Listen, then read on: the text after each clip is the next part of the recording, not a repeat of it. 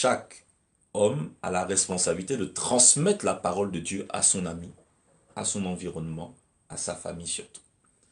Voilà, donc tout le monde peut venir, c'est pour ça qu'il n'y a pas d'âge. Il n'y a pas d'âge. Moi, je crois que à partir du moment où vous avez un enfant qui est en âge de comprendre, Il peut il n'est venir. jamais trop tôt Ouais. pour venir à Jésus Ouais. et il n'est jamais trop tard pour venir à Jésus.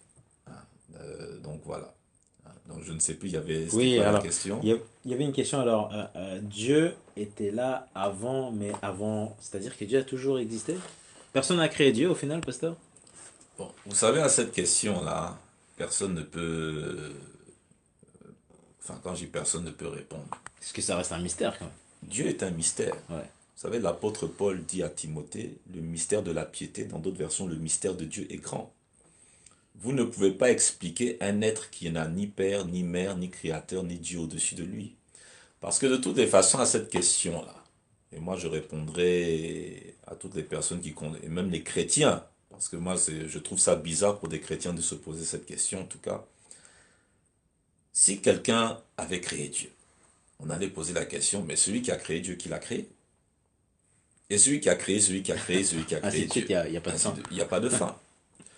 Donc, dans ce côté qui paraît illogique pour notre intelligence qui est limitée, nous devons comprendre que nous avons affaire à un Dieu illimité. Notre intelligence, elle est finie, mais Dieu, il est infini.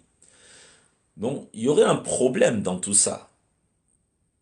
Comment à chaque fois quelqu'un est là au-dessus de quelqu'un? Vous n'allez jamais finir de répondre à cette question. Dieu est l'alpha et l'oméga, le commencement et la fin Et c'est de clair. toutes choses, Ouais, ouais, parce que lui, il n'a ni commencement et ni fin. ouais, ouais. Donc Dieu a toujours été là. Comment c'est possible? Moi, je n'ai pas de réponse à ça. C'est pour cela que nous croyons. Comment est-ce que quelqu'un croit en Dieu? Comment est-ce que quelqu'un croit au Seigneur Jésus? La Bible nous dit dans Jean chapitre 14, c'est par la conviction du Saint-Esprit. Donc, c'est-à-dire, il y a eu même si vous n'avez pas vu de lumière à l'extérieur, il y a une lumière qui est rentrée en vous par une puissance divine.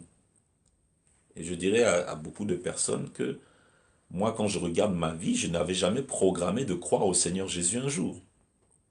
Personne ne se lève en se disant, bon, après réflexion, après avoir fait un bilan de ma vie, en conclusion et en expectative des choses à venir, bon, je programme ou je préprogramme de manière, je me fixe un objectif, c'est que c'est l'année prochaine, dans tel trimestre, comme si vous faites une entreprise, de me convertir à Jésus parce que je sens que je ferai de grands bénéfices. Non, ça ne se passe pas comme ça.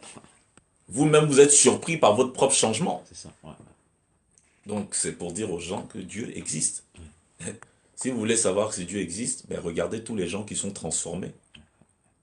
Je ne parle pas de sectes, mais les gens même qui sont parfois chez eux, visités par Dieu. Vous n'étiez pas là quand ils ont été visités, mais regardez la transformation. ouais, ouais.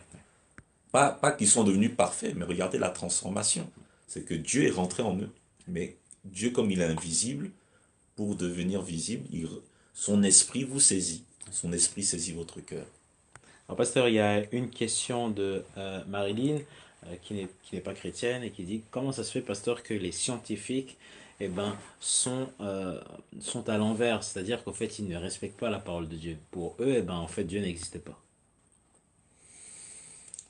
Je pourrais répondre par un passage qui me vient à l'esprit, dans, je crois, c'est 2 Corinthiens.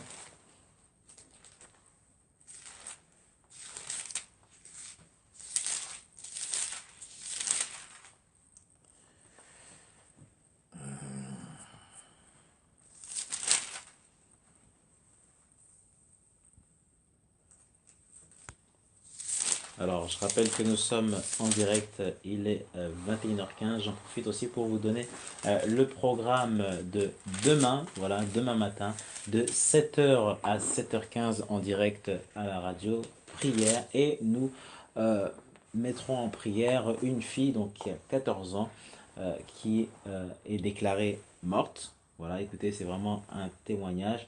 Et du jour au lendemain, sa vie a basculé. Voilà, nous aurons aussi donc son témoignage. Demain, rendez-vous à 7h sur les antennes uniquement de Victoire Live. Amen. Ouais. Oui, donc dans 2 Corinthiens, le chapitre 4, pour répondre à cette sœur-là, pourquoi les scientifiques sont totalement opposés au sens de Dieu. 2 Corinthiens chapitre 4, verset 3. Si notre évangile est encore voilé, il est voilé pour ceux qui périssent, pour les incrédules dont le Dieu de ce siècle a aveuglé l'intelligence afin qu'ils ne vissent pas briller la splendeur de l'évangile de la gloire de Christ qui est l'image de Dieu. Pour faire court, ce verset nous dit que l'intelligence des hommes est aveuglée. Donc, ces scientifiques sont aveuglés. Ils ne sont pas les seuls, hein. Ce n'est pas que les scientifiques. Beaucoup d'hommes sont aveuglés, mais les scientifiques qui, pour eux, sont dans un raisonnement insensé de se dire qu'il n'y a point de Dieu. La Bible dit, l'insensé dit en son cœur qu'il n'y a point de Dieu. Et la Bible nous dit que cette intelligence est aveuglée par le Dieu de ce siècle. Le Dieu de ce siècle, il faut savoir que c'est un des titres de Satan. D'accord. Parce que beaucoup de personnes croient aux scientifiques, c'est ça le problème. Beaucoup de personnes croient aux scientifiques, mais Dieu n'est pas contre la science. Parce que science veut dire simplement connaissance. Ouais, ouais. Donc Dieu a quand même donné de l'intelligence à ces Et personnes-là. Ésaïe chapitre 11 verset 2 nous dit que l'esprit de Dieu est l'esprit de connaissance, donc l'esprit de science. Donc la science c'est la connaissance. Parce qu'il y a la science physique, il y a la science dans différents domaines. Il y a la science théologique, philosophique, littéraire.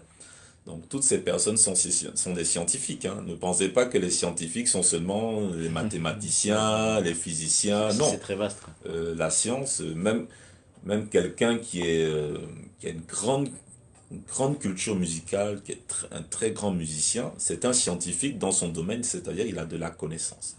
Hein. Donc, mais ces scientifiques-là, comme on le dit, sont aussi sous l'aveuglement de Satan. C'est pour cela que vous pouvez voir quelqu'un qui n'a peut-être pas un très haut niveau académique commencer à vous expliquer des écritures ou certains passages par l'Esprit de Dieu et découvrir qu'après, ça c'est enseigné dans une école théologique. Vous voyez un peu? Parce qu'il a l'Esprit Saint en lui qui a commencé à illuminer son intelligence et il a une manière de comprendre et alors que peut-être dans d'autres domaines, il n'y connaît rien. Il connaît rien. Ouais. Parce qu'en fait, là, on parle de l'intelligence au niveau des choses spirituelles. Eux, ils ont de l'intelligence au niveau des choses de la terre, Ouais. mais ils n'ont pas l'intelligence au niveau des choses spirituelles. Spirituel. Parce qu'il y a un voile, en l'occurrence ici, c'est un voile démoniaque. Et quand le cœur est ouvert, ce voile est déchiré par le Seigneur. Amen, amen, Voilà. amen.